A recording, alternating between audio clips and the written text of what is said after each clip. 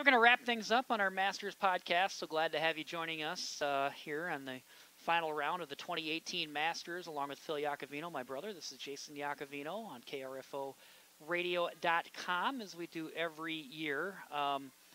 Sometimes we talk high school sports during this podcast, and as far as spring sports, I mean, it's pretty much the whole season is canceled. I mean, there's nothing.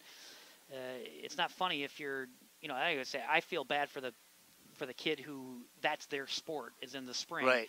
I mean, they're getting cheated out of a whole lot of action right now. But for the rest of them, if you're a three-sport athlete, I mean, let's face it, you got prom, you got an ACT test, you've got graduation if you're a senior, you've got plenty of other stuff going on. Most of those things were more important to me other than the ACT test at that That's time. right. That wasn't high on your list. No. But anyway, as far as our high school sports in the winter, the major highlight, locally to me is Rochester John Marshall's and now, of course, his name escapes, Matthew Hurt. Okay. Who didn't make it to the state tournament, who is going to be probably a one and done at the college level. He's a junior this year, and we still don't know it, but he's going to be going to one of the big, whether it's Duke or Kansas or Kentucky, and he's going to one of those places. North Carolina has taken a lot of looks at him.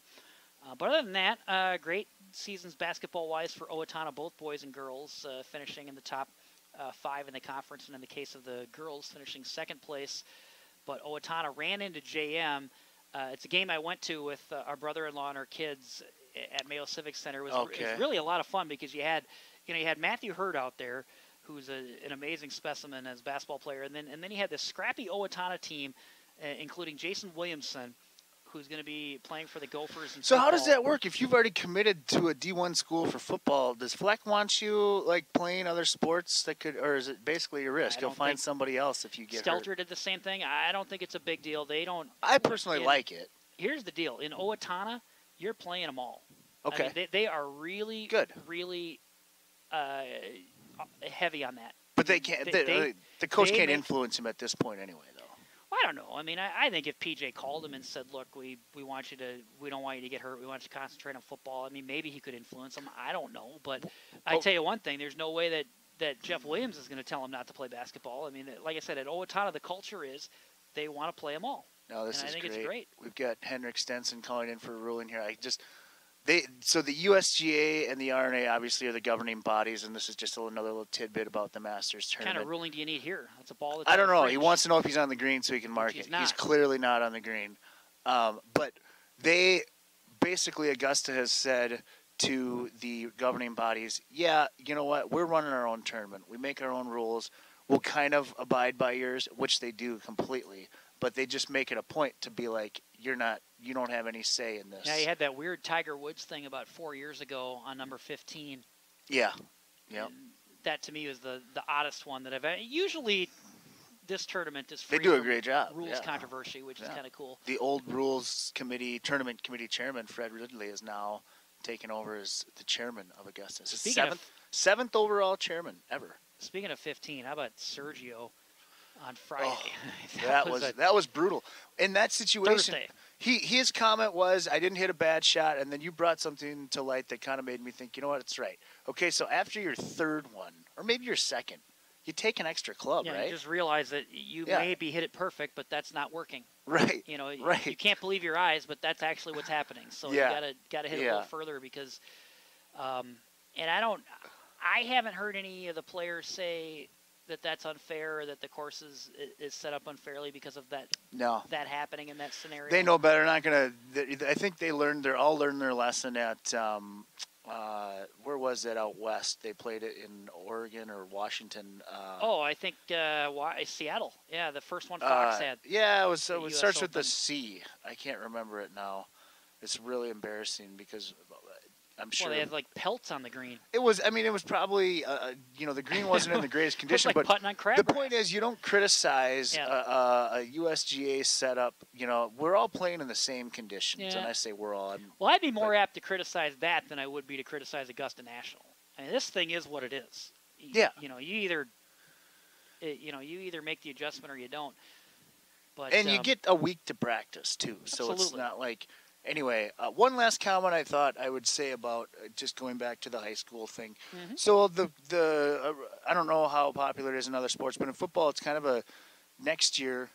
Those guys that are juniors now, they can graduate in December and get on campus for the fall practices and the spring, or I'm sorry, the spring practices and the spring game. So if you're a 3-sport athlete like the kid we were just talking about, if he decides if he decides to leave in December, then that cuts him out of basketball, basically, right? I mean, I have never heard of that. Pretty any common. of these kids locally, I've never heard of. It's pretty common. I've never heard of anybody leaving school to go to college. You don't leave school; you graduate in December. From high school? Yeah, you set up your class. I haven't been in high school for a while, so I'm not saying it doesn't happen. I've never heard of an instance like that locally, and I can assure you, Jason Williamson will be playing basketball for Owatonna next winter. There's no doubt about that. Although they will be, in tougher shape. Both boys and girls will be rebuilding. They graduated a lot of seniors. They had a heck of a year, but that Big 9 conference in boys basketball this year was stellar. I mean, you had JM, you had an Austin team that made it state for like the 8th straight year. East was really good this year, and Owatonna held their own. They had some big wins there the second round through the Big 9. And they were kind of behind the 8 ball in the sense that because of their run in football, they really didn't have things all together until Christmas. So they kind of got off to a late start there. But, all right, just a couple of minutes left. So I want some final thoughts as the leaders right now are playing number 8. They both were off the fairway and had to kind of lay up. Reed was in the bunker, and he hit a shot to the left short of number 8. And then McElroy was in the pine straw. But, again, the scenario is McElroy is 2 shots back at this point. I think is that right? 2 shots back or 3? 3. Is it still 14 and 11? He birdied 7. That's right. Birdied 7 after bogeying 6. Did Reed. So Rory's going to hit his third here on number 8. 3 shots back, and you continue, and it's looking better and better with every passing hole. You continue to say that Reed is going to be able to get it done. I mean, in the second 9 at Augusta. Even with, let's say he's 3 ahead at the turn. He'll be 3 clear most likely. And, I mean, it would be spectacular. It would be quite the feat. And I think at this point, I'm gonna say it's a major letdown for him if he doesn't hold on to a 3-stroke lead. I don't know about major. It depends on how it happens, but I don't know about major letdown. I mean, if he does, something Norman like on 12 or something, that would. Well, I mean, it's you can't shoot even par and think that that's gonna get it done.